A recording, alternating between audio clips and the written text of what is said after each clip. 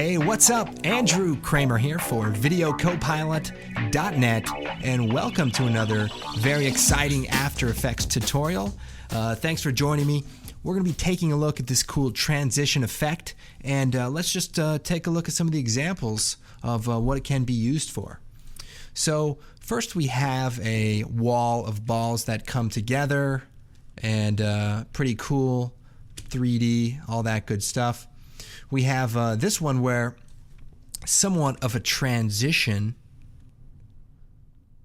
with some optical flares at the end. So that's pretty cool. And you can see that the wipe happens from top to bottom. So that's important to understand, that you can transition this effect any way that you need. And here we have another one. This is like a star wipe. And if you know anything about making home videos, you need to have a star wipe for every transition, or at least a page peel, so that people know that we are moving on to the next shot.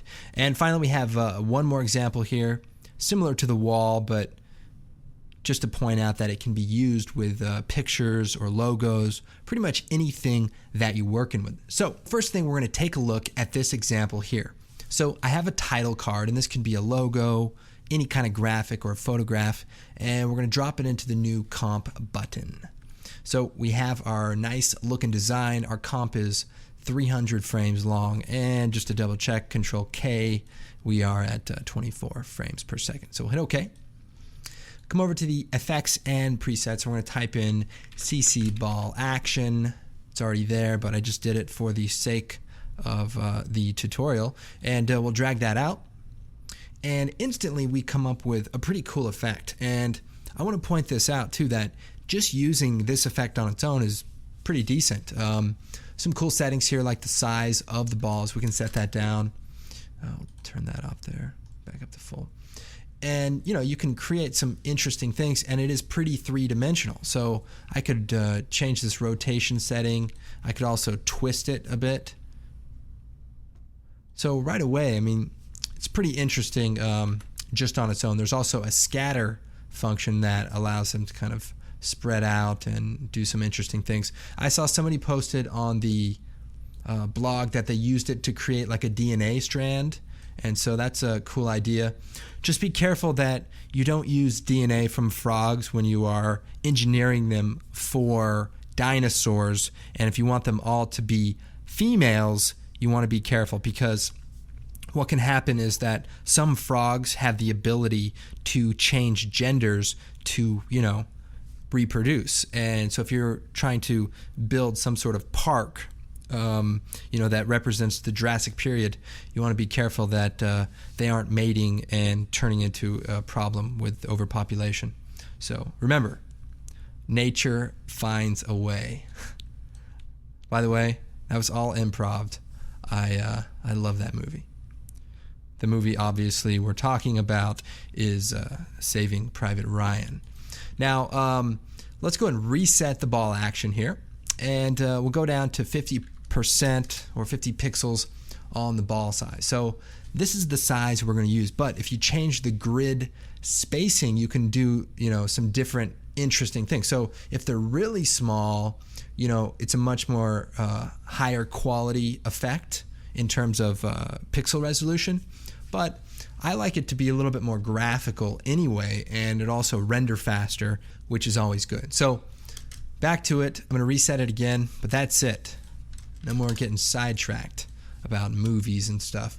So the key to this effect is creating multiple layers of the same effect and then offsetting them in time.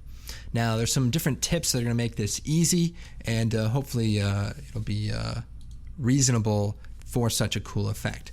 Now, we have our first title background right here, and what we need to do is mask it out. So we'll come up here, we'll take the ellipse tool, and we'll zoom in here, and we want to just draw a mask around the very middle. So we'll just start on that one dot, or that one ball.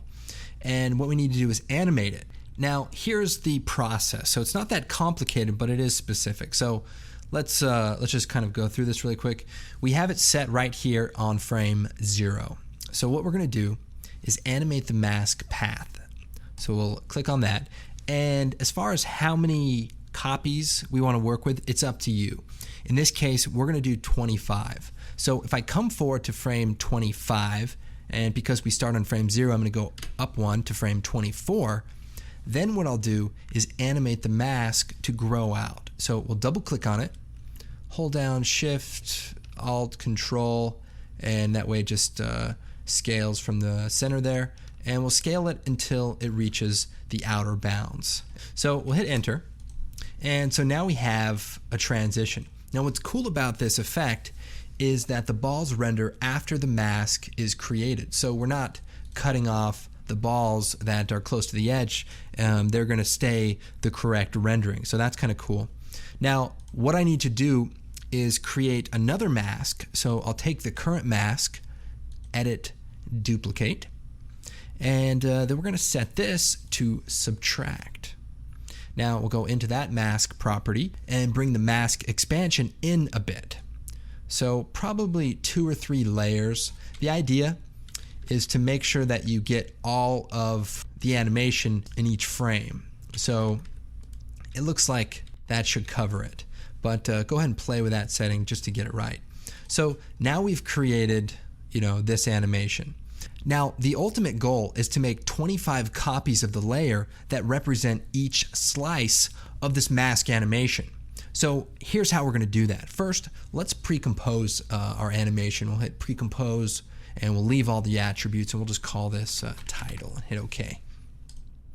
So what we're going to do is hit U, move the current time indicator to the last keyframe, and then we're going to duplicate it 25 times. So you do Control D, Control D, Control D, Control D. Once you have 5, then we could do Control D, 10, 15, 20, 25. So now we have 25 copies. And then we need to offset them 1 frame at a time. So if we take all of the layers, hold down Alt, and then begin bracket, what we're doing is just sliding it over so that the animation is only 1 frame long, and then Alt in bracket. So if we zoom in, we basically have a 1 frame long slice of each of these titles. And then we'll come up here to Animation, Keyframe Assistant, and Sequence Layers. And because it's 1 frame long, they're going to be offset by 1 frame. So that's what it looks like. And just make sure that when you select the layers, you start at the bottom, hold down Shift, and then select the first layer, and that way they will sequence in order. Now what we need to do is at that same point in time, that first layer, let's go ahead, hit Alt, begin bracket, which will stretch the other layers over. So now if we look at our comp, we can see that it's completely filled in. But each one of these layers only represents a small slice of the entire animation. So that is kind of the idea. So what we need to do now, though, is disable the mask animation so that each layer only has 1 slice of that mask animation. So hopefully this is making sense, and if not, just rewind it.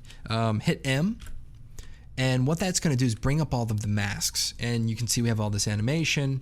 We're going to simply get rid of it at that same point in time. So what we can do is click on the first stopwatch for the mask and just click and drag down, and it will undo all of the mask properties, and hopefully I don't make a mistake in the middle of this. It'll be difficult to edit.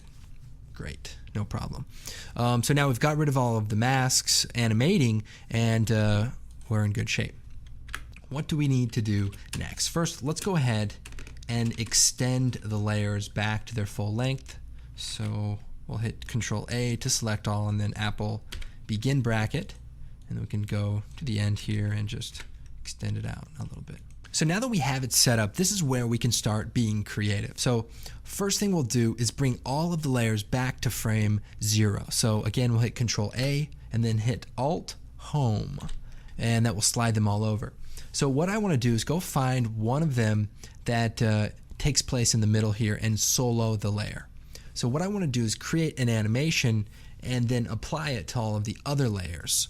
So we'll go ahead, start here. I probably want to make it about 30 frames long, and we'll keyframe the scatter amount, maybe the rotation, and even the ball size.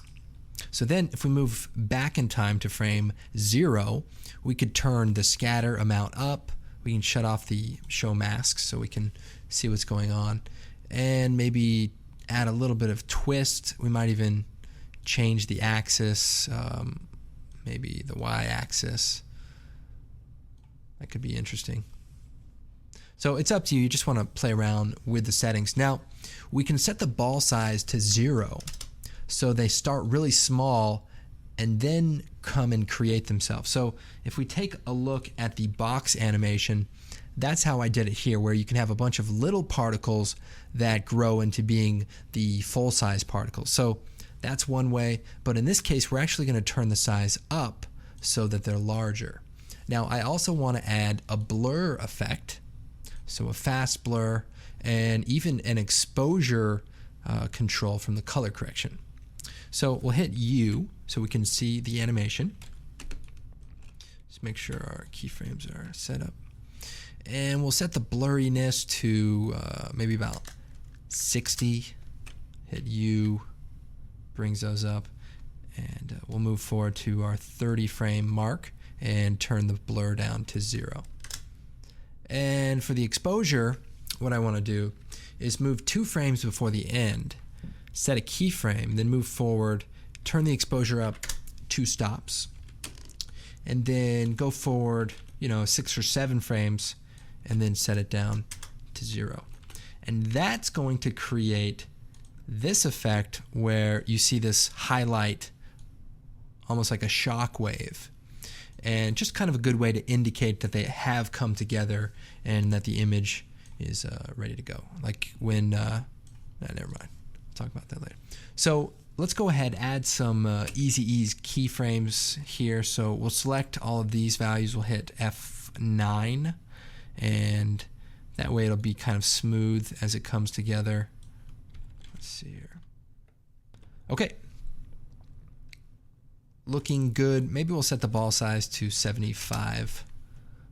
And then we also want to fade it in so that they don't just pop on. So hit Shift T, which brings up our opacity. We'll set it down to 0. We'll move forward. Not the entire animation, but maybe just about half there. Go up to 100. You have to set a keyframe though, apparently. I was thinking about it and I wanted to, but it didn't happen. So there we go. Okay, so how do we get this effect to the rest of them? Well, we just have to copy and paste it. So make sure that all your layers are at frame 0. We'll move the current time indicator to frame 0. Then we'll hit UU, or we'll just hit E and then Shift T. So E brings up the effects, Shift, and then the letter T will bring up the opacity. And what we'll do is we'll select all of these and the opacity by holding down Shift, and then I can choose Edit, Copy. Now, what I want to do, and this is just a good idea, is select all of my layers and then choose Effect, Remove All. And that way we're not accidentally copying multiple copies of an effect or not moving all the parameters. Just a good idea. Now the opacity will get overwritten, but if you want to, you can just hit T, and remove it and just make sure they're all set to 100. Now, this isn't a problem right now because we haven't added the effects to any of the other layers.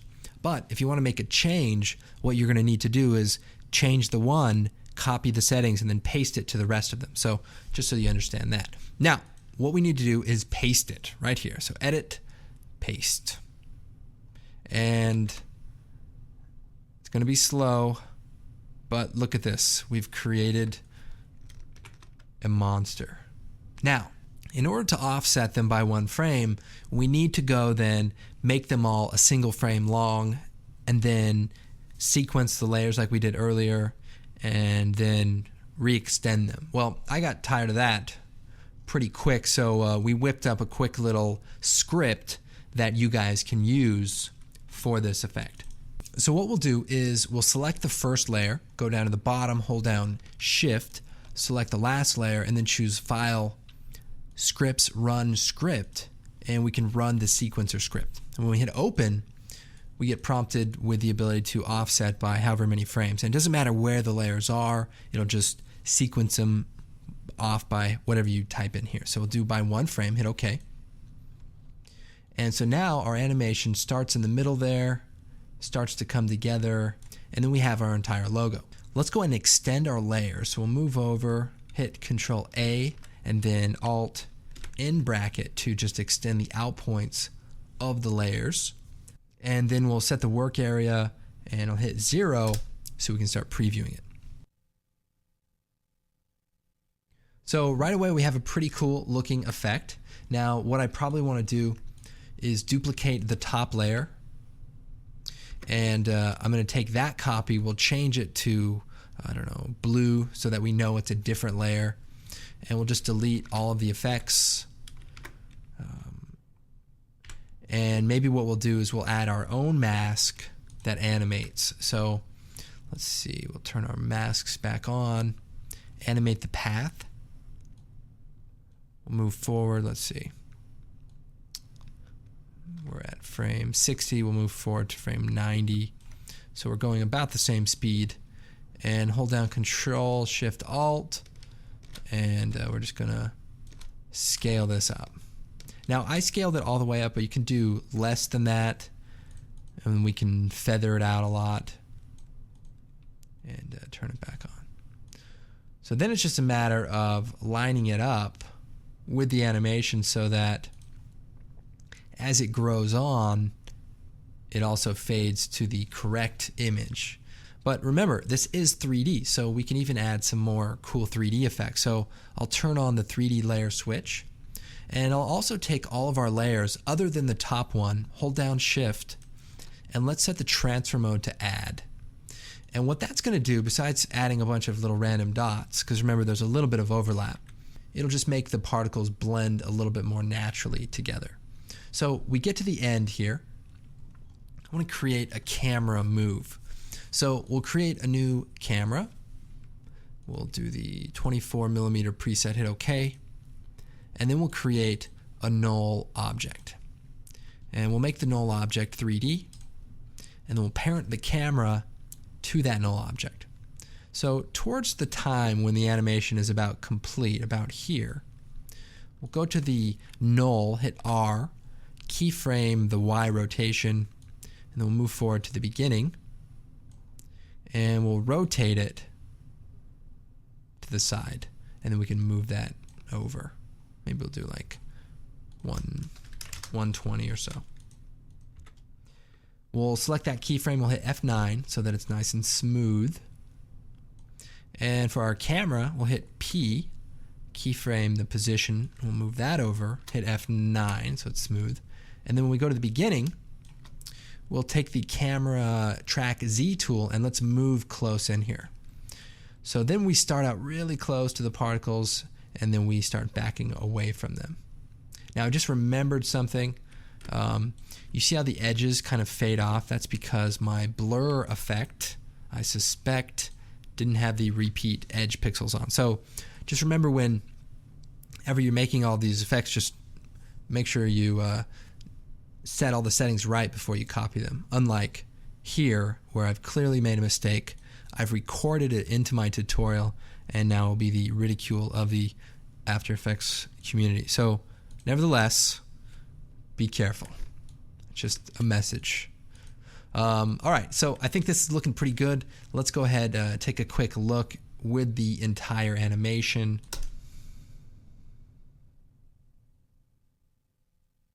Very cool. Now, one thing you can do if you want to change the speed of the animation is just take the comp, put it into a new comp, and then choose, let's see, animation layer, time, enable time remapping, or time stretch even. It's good too. And set it to like, 200 or 250. And then the animation will just be a lot slower, but then you don't have to worry about playing with all the layers and offsetting and doing any of that crazy stuff. So just take a look at a little bit slower. That's very slow. We can also add like a nice glow that maybe fades away We'll animate the intensity out.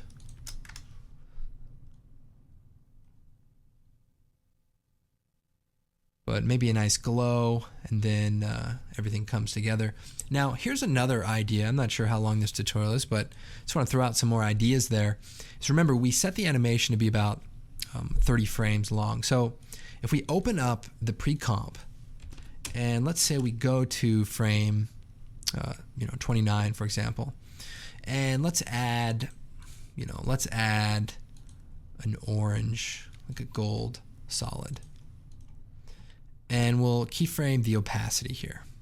So we'll just basically fade it out. And let's try another transfer mode, maybe add or something. Let's instead of using that, we'll just do fill it with a color. Let's just try to find one that won't be too overpowering. So then it fades out at that point in time, and we can even make it fade out almost right when it gets to that point. What that's going to do is make the particles gold, and then when it comes together, you see it will actually be blue because all of the layers are offset, so is the animation of this color effect. I'm not sure that this looks good, but I think the idea is certainly interesting. And then just depending on how close we make this animation to the end of that animation, you can really offset it to create an interesting look. And the longer the transition is, the smoother it will fade in between the two colors. So if we were to stretch that out, it will fade a little bit longer. But those are just some different ideas. Now, the one thing to think about with the star example is that I probably still used about 25 layers, but the layers only went to the size of the star. So there's a lot more time for the star to get together. Okay, so that's pretty much the idea. Now, if we want to change the effect and maybe change the way it looks, what we can do is take all of our layers, Alt-Home, so they all go back to frame 1, and then we could just pick one of them, solo it, and change the effect. So let's get rid of the fast blur, and let's maybe do the thing where the balls start out small and then get larger, so that way they kind of just come together small and then that size. Now we can also change the size of the spacing, so we could do more like that. That might be interesting.